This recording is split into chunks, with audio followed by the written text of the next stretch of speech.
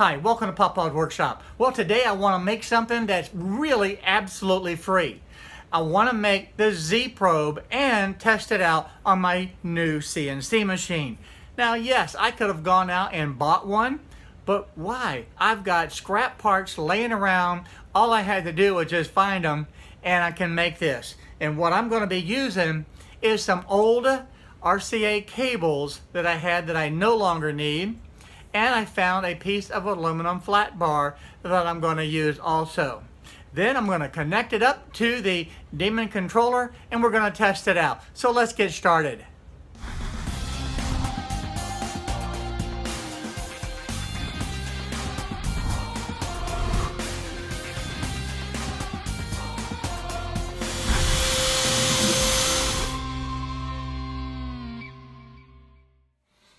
Now the first thing I'm going to do is go ahead and prepare this flat bar.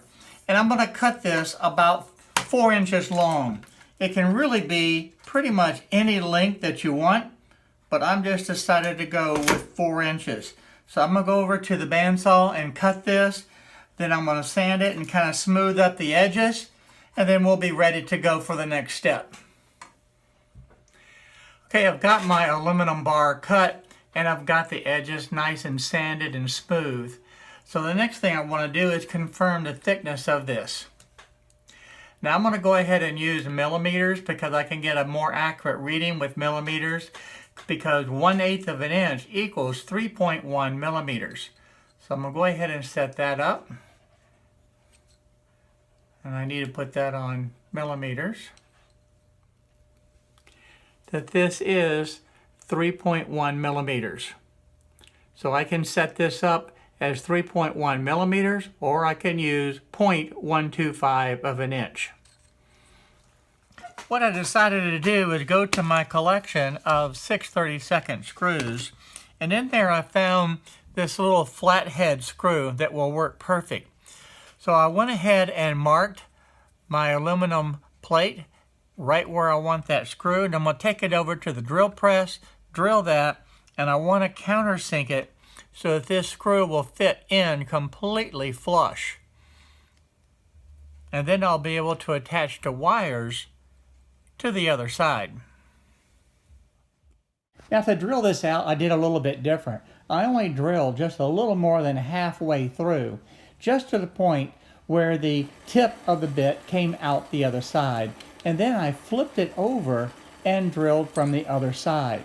This reduces the amount of little burrs that come out.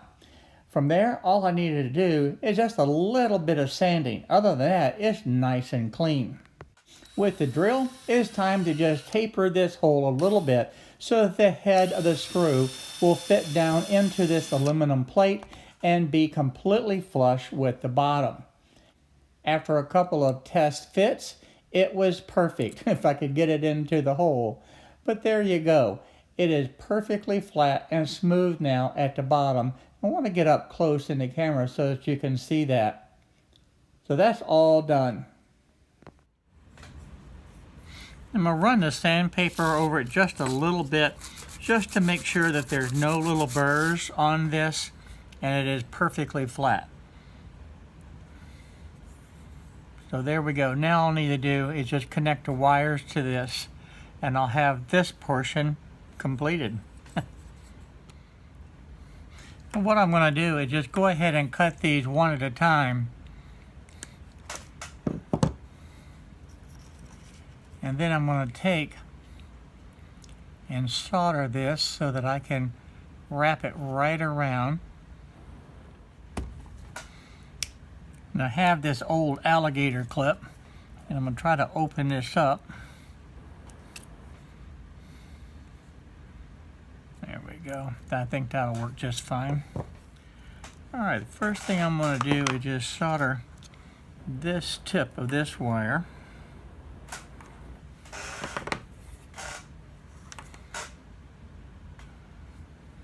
I'm not sure if this is hot enough yet. Let's see. Yeah, we're getting there.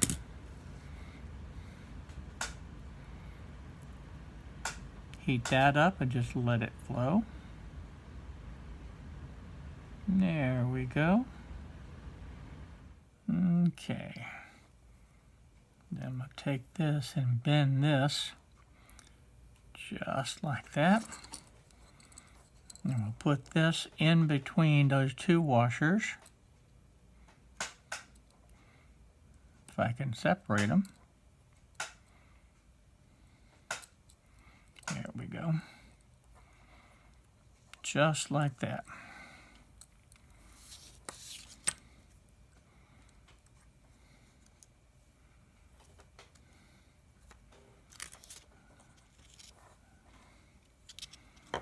Then I'll just go ahead and tighten that.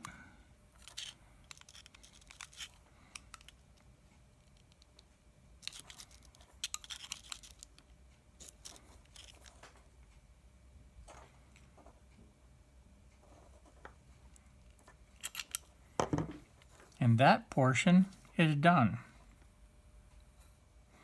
Now then, we're going to work on this portion.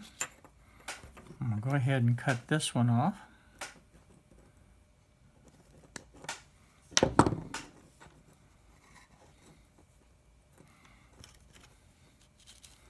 And I have to be able to do it this way because all of my electrical tools are at another place. So I just have to be able to do this little workaround.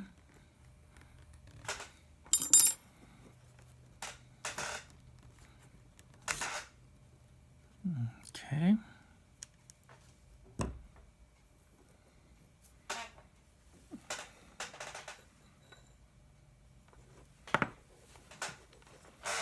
And we're going to do the same thing. I want to put a little bit of solder on this tip.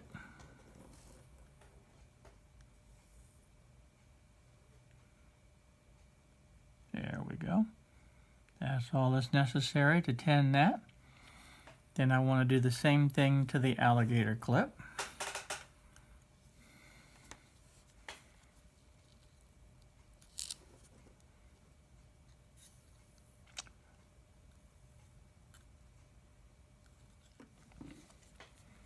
I want to be able to tin this also so that that wire will be able to go in there very easily. There we go. That's it.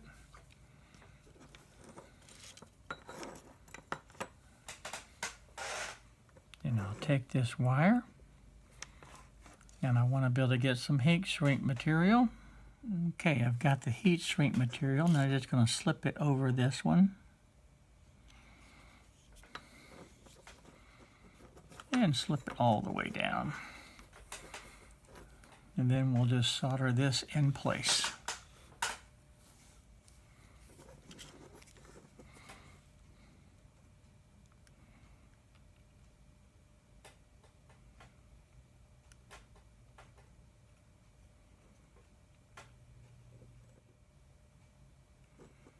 There we go.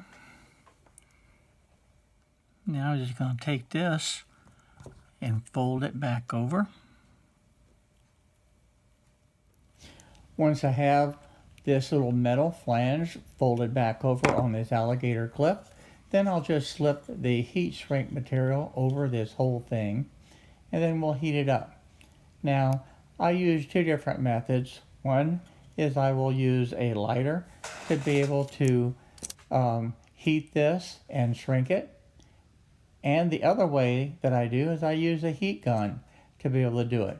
So in this case, I'm using the lighter to be able to get it started. And then I'm going to switch over and show you with the heat gun. Both work well, but I wanted to go ahead and show you both examples here. So it takes just a moment to be able to do this. And this will help protect the wire. So there you go. Just after just a few seconds, this is now completely heat shrinked and it's ready to go. Okay, the first part of the probe is completed. Now I'm using this little adapter because this is actually going to be mounted inside my box that has the buttons on it for the pause, resume, and the abort, as well as the off and on switch. But for now, to be able to test it, I'm just going to be able to plug these in. Now I'm using, as far as the polarity on this side, the yellow one is going to be my positive and my negative is going to be the black. And all I'm going to do is strip these two wires and solder the tips of them, and then I'm going to go ahead and put these into the controller. Now I'm using the exact same method to be able to just strip the wires, and I wish I had my little wire strippers, but I don't. But you have to make do with what you've got. So I'm not going to bore you with this whole process again. Let's just skip over to the end. Now you need very little solder to be able to tin the ends of these wires and to be able to seal it. And this makes for a good connection into the Demon controller. Now that the soldering's all done, I wanted to go ahead and cut these to length because I actually have these much longer than was necessary. So I'm just clipping off the ends of each of these two wires and then now headed over to the Demon controller to install them. The nice thing about the Demon controller is that everything is very clearly labeled. Now this is the probe and it has the positive and negative. So I'm taking my lead and just slipping it into the slot. Now this is the positive one, and then I just go ahead and tighten that screw back down. Then I take my other lead, and this is going to be my negative, and I'm going to do the same thing. I'm just going to loosen this screw a little bit, then I'll slip that wire right into the slot and be able to tighten it down. So it's a very easy process to be able to attach this probe. Okay, time to try it out. When you first open up the universal G-code sender, you want to check this connection box right up here. If you haven't already connected to the COM port, make sure you connect to the correct COM port, and also make sure that the baud rate is set for the highest. In this case, it's the 115200. So it's 115,200 for the baud rate. Then I wanted to make sure that I have the Gerbil set in here. Once that's done, I'm going to click open. The first thing you see is that I have an alarm code, and that's because the homing switches are connected, but I'm not going to use them today.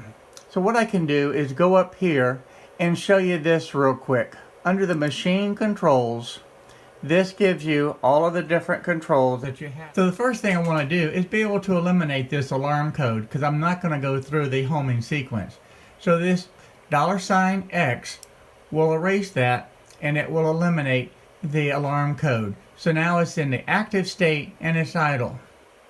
The next thing that I like to be able to do is I come over here on the right side of this screen, and I have this right now is checked in millimeters, and I'm going to click on inches. This is now set at 1 inch. So if I do this, it is going to move 1 inch in whatever direction that I click on it. Now, I'm going to rotate this over to the there we go. Now I like to do this whenever I first start the machine, just to make sure that the connections are made. One thing I want to emphasize is that there are many different ways to be able to set up this Z probe. One of the things that you need to realize on how simple this is, all you need to be able to do is have some type of a clip or a magnet, some means to be able to click to this portion of your router. And then you'll need some type of a plate that you can measure the thickness and have that consistent. As far as the wires, these wires could run continuous straight to the controller, and that would be perfectly fine. The only reason that I have this connection here is I plan on building a box, mounting this inside of it so that I can unplug this portion of my Z probe and put it away. But again, that's a personal preference. This is something that you can decide on how you want to do it. But bottom line, in this configuration right now, really all I have is 2 wires that are coming from the controller over to the machine, And again, those are my 2 wires. When this bit touches and connects to that plate, it makes the connection and it will stop. So as far as setting this up in the machine, let's go back over to the computer with the universal G-code sender and let me show you how we set this up. Alright, I'm in the command screen right now. You can see right here, and you can see the command line. This line is where I enter in all of the instructions for the machine. To begin with, I need to be able to tell the machine that I want to be able to do the probe operation. And that command was going to be G38.2. The next thing that I want to be able to do is control how far this machine will move, seeking out that plate. And this will vary. Some people will have a very, very small number. Some people will have a little bit larger number. It's really up to you. What I'm going to do is put in Z and then minus. The minus is because we want the probe to go down. And I'm going to put in 1.0. That means it's going to go no further than 1 inch down, and it will stop on its own if it does not find that metal plate. And the last thing that I want to be able to do is control the speed.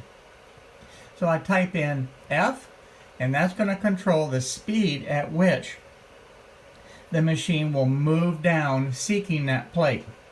And in this case, I'm just going to type in 1, because that will signify that it's going to move 1 inch per minute. That's a very slow rate. Now, that command is set. All I need to be able to do is hit enter and it will execute that command. So now I'm over at the machine itself and I'm going to hit enter. And you can see it moving down at that slow rate, and it is seeking that metal plate right now.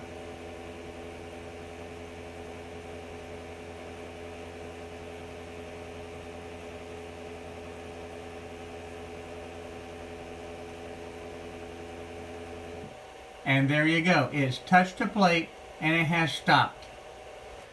The next command that I want to enter is be able to tell the machine how thick that plate is. So in this case, I need to type in G92, and that's now telling the machine that it's seeking a measurement on how thick that plate is, and that is Z, and I'm going to type in 0.125 and hit enter. So now it's saying that it knows that that plate is 1/8 of an inch thick, and it's actually going to be 1/8 of an inch above where it needs to be. Now I went ahead and moved the machine up and got it out of the way, and now I want to bring it back to my 0 position on the Z-axis, and that will bring it right to the surface. And I don't need this clip-on anymore, so we'll get that out of the way. But one of the things that I want to point out to you, if you'll notice, this is at 26.333. Now that can't be in inches, because if I were moving this at 26 inches, we would run out of room real quick. So this machine is actually running in millimeters. So what I did is went ahead and changed this back to millimeters, and now I change this to the 26.333, which is the same position now as my height over here. And all I need to be able to do to get the Z probe right onto the surface is click this down for the Z, and I'm going to show you right here. By clicking that, that brings it right to the surface. So there you go. The Z probe worked fantastic, and my bit is now touching the surface perfect. Now, can I stick a piece of paper under there? No, that is not allowing me. So there you have it. Very easy means to be able to make your own Z probe, and just how simple it is to be able to use it using the universal G-code. So I'm hoping that this video helped today to be able to take some of the anxiety and fear out of moving into this realm and making your own Z-probe. It's really not bad, and I had fun doing it today. Hi everyone, thank you for watching my video today. If you like the video, please go ahead and hit the subscribe button down below and the little bell next to it so you'll be notified on the different videos that I upload. Also, check out the videos over here to be able to stay up to date on the happenings in my shop. So again, thank you for watching my videos.